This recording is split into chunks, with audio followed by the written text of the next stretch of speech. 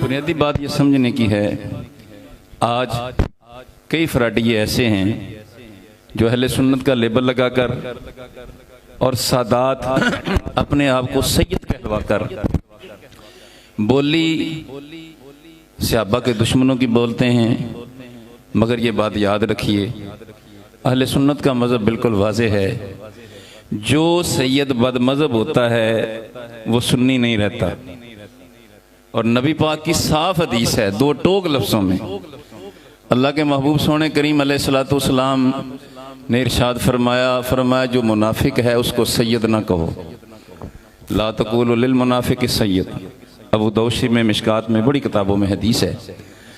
جو سید بد مذہب ہو جائے یقیناً اس کا اہل سنت کے ساتھ کوئی تعلق نہیں ہے، نہ اس کو مسئلے پر کھڑا کرنا جائز ہے، نہ اس کی بیعت کرنا جائز ہے۔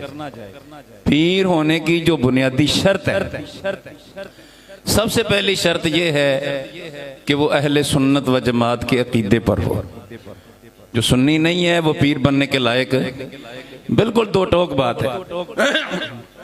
سلطان العارفین حضرت سلطان باہو رحمہ اللہ اپنی کتابوں میں لکھتے ہیں، سرکار غوث اعظم نے لکھا ہے، حضرت مجدد الفسانی نے لکھا ہے، بڑے بڑے صوفیاء نے لکھا ہے کہ صاحب منزل ولی وہی ہوتا ہے جو صحیح العقیدہ سنی مسلمان ہو۔ جو سنی مسلمان نہیں ہے وہ یقیناً سید صاحب یعنی سنی نہیں ہے اور لائق تعظیم بھی نہیں ہے۔ یہ بات یاد رکھیں۔ حضرت امام ربانی مجدد الفسانی تو یہاں تک فرماتے ہیں بندہ ولی ہونا تو دور کی بات ہے، بندہ وہ مومن بھی نہیں ہو سکتا جس کا عقیدہ اہل سنت کے مذہب کے مطابق نہ ہو۔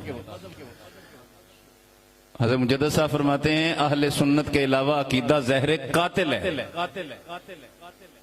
سرکار غوث پاک کو دیکھ لیں، کیا ہمارے لیے اتنا اعزاز کم ہے اہل سنت کے لیے کہ جتنے اللہ کے ولی ہوئے سب اہل سنت و جماعت کے مذہب پر ہوئے۔ داتا صاحب کو دیکھ لو، داتا گنج بخش علی حجویری رضی اللہ تعالیٰ عنہ اہل سنت کے امام ہے، کشف المحجوبن کی پڑھ کر دیکھ لو، عقیدہ سب اہل سنت کا ہے۔ یہاں تک فرماتے ہیں، کہتے ہیں امام اعظم ابو حنیفہ امام سنی است، فرماتے امام اعظم ابو حنیفہ ہمارے سنیوں کے امام ہیں۔ سرکار غوث پاک کو بنیاد الطالبین ان کی پڑھ کر دیکھ لو، تفسیر ان کی پڑھ کر دیکھ لو، ان کی دیگر کتابیں پڑھ کر دیکھو، صاف دو ٹوک لفظوں میں ان کا عقیدہ وہی ہے جو اہل سنت و جماعت کا امام محمد رضا نے جن کی ترجمانی کی ہے۔ اچھا یہ بھی نہیں بولنا چاہیے کہ ہم حضرت معاویہ کا ذکر خیر کرتے ہیں، اس کا مطلب یہ نہیں ہے کہ ہم حضرت معاویہ کو مولا علی کے مقابلے میں کھڑا کرتے ہیں، ہرگز نہیں۔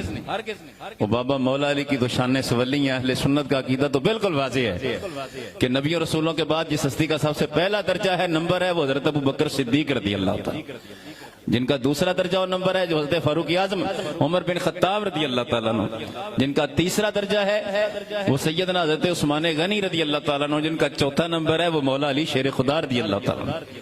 مولا علی کو تو شان سولی ہے۔ اہل سنت کا مذہب بالکل دو ٹوک ہے کہ حضرت امیر معاویہ سے تو امام حسن بھی افضل ہے، امام حسین بھی افضل ہے۔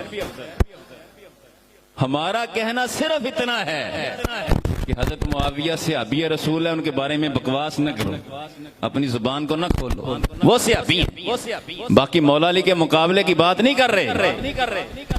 وہ تو امام حسن و حسین بھی حضرت معاویہ سے افضل ہیں، صرف اتنی بات ہے وہ صحابی رسول ہے۔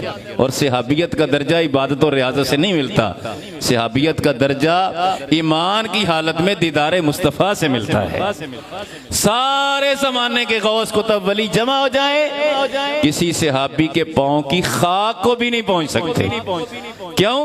کہ صحابہ وہ صحابہ جن کی ہر صبح عید ہوتی تھی، خدا کا قرب حاصل تھا، نبی کی دید ہوتی تھی۔ اب اہل سنت و جماعت کا جو عقیدہ ہے اسی پر قائم رہو، ہمیں ادھر ادھر منہ مارنے کی ضرورت نہیں ہے۔ اللہ کا شکر ہے، اللہ نے ہمیں امام علی مقام، امام حسین، مولا علی شیر خدا، غوث اعظم، داتا صاحب جیسی ہستیوں کی سنگت اور معیت نصیب کی ہے۔ ہاں جی کربلا کا میدان ہے، میدان کربلا ہے، 10 محرم کا دن ہے۔ مولا حضرت سیدنا امام علی مقام سید الشہداء امام حسین رضی اللہ تعالیٰ عنہ کوفیوں سے خطاب فرماتے ہیں، تاریخ کامل کی جلد 1 کا صفحہ 619 ہے، صاف حسین پاک نے فرمایا کوفیوں مجھے نہیں جانتے میں کون ہوں؟ رسول اللہ کے کتنے صحابہ ہیں پوچھو میں کون ہوں؟ میں وہی ہوں جن کے بارے میں رب کے محبوب نبی اکرم صلی اللہ علیہ وسلم نے فرمایا حسن و حسین جنتی جوانوں کے سردار ہیں اور اہل سنت کی آنکھوں کی ٹھنڈک ہیں۔ مولا علی فرماتے ہیں رسالہ شیعوں کا اعتبرہ اس میں صاف لفظ ہے، مولا علی فرماتے ہیں واللہ انا اہل سنت والجماعہ، فرمایا اللہ کی قسم میں اہل سنت و جماعت ہوں۔ ہمارے اہل سنت کے لیے یہ کم ہے کہ اللہ پاک نے مولا علی شیر خدا کا عقیدہ میں دیا ہے، رسول اللہ کے صحابہ کا عقیدہ میں دیا ہے، اسی عقیدے کی ترجمانی جو کرے وہ سنی ہے، جو اس عقیدے کو چھوڑ دے وہ سنی نہیں ہے، یہ بات یاد رکھیں۔